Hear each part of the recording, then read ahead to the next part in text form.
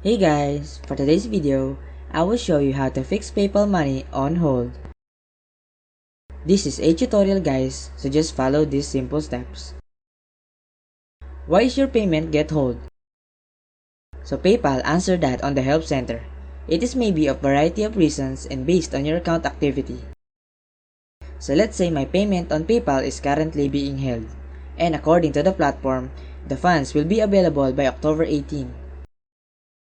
However, the current status of the payment is on hold. So to speed up the process of releasing your held payment on PayPal, you can update your shipping information or any other relevant status. This will allow you to receive the payment sooner.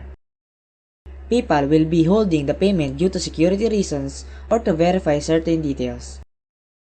But by updating your information, you can help expedite the release of the funds, and additionally, you may want to contact PayPal's customer support to inquire about the specific reason for the hold and see if there are any additional steps you can take to resolve the issue.